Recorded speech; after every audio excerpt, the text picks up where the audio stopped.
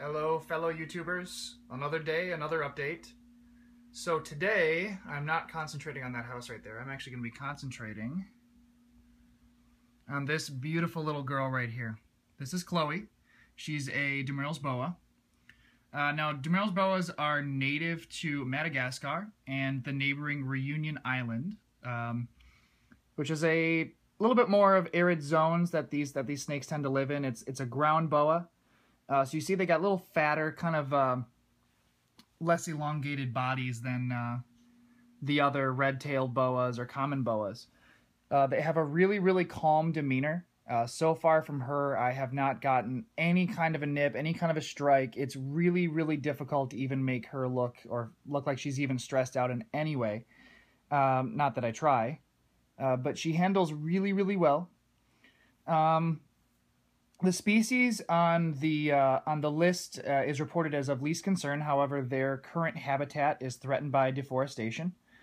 In Madagascar and such, they are many times feared by humans and killed on sight, which, I mean, with as big as they get, usually around 6.5 to 8 feet, they can look a little scary. I'm sure a bite from them would hurt, but they are non-venomous.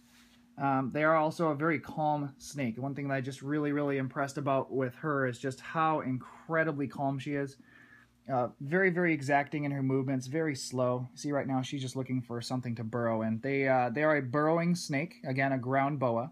So they like to have a little bit thicker substrate. I've got her in some cypress mulch right now, which I'm probably going to switch up to Eco Earth so I can get a little thicker substrate and she can burrow in that. I've heard they tend to feed a little bit better when they have a little thicker substrate so they can feel more secure. She's been a very, very picky eater. When I first got her, she went ahead and guzzled down a frozen thawed fuzzy mouse, and now ever since, for the last probably 2 or 3 weeks, she's been rejecting food. So I've been offering it regularly, but not taking. I might have to offer her some live. I've tried scenting and all the tricks in the book so far. So here's a good view of her. Really, really, really nice reddish tones to her. I ordered her from Triple L Reptile, which so far I've been very happy with the results from Triple L. So huge kudos to them. I've got no complaints whatsoever. But I asked them for the most reddish toned Dumerils that they had, and this is what they sent me. So I think they came through with this one. You see a lot of Dumeril's boas tend to have a little bit more of an earthy greenish tone, kind of.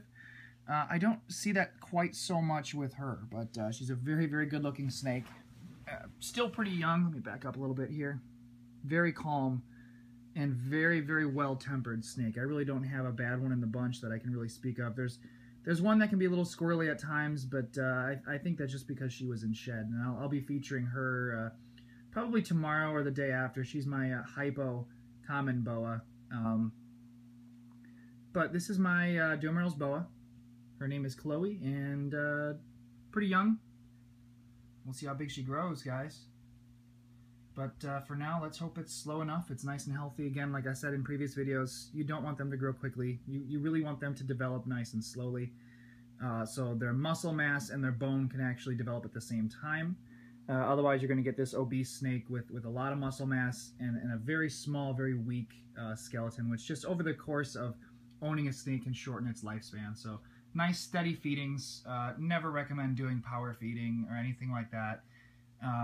I'm not here to get the largest snake. I'm not here to have a monster snake. I just want to have a healthy snake that's a good representation of its species. And I think that Chloe is an exceptional representation of the species. So, update coming soon on one of my other snakes. And for now, I will talk to you guys later. Have a good one.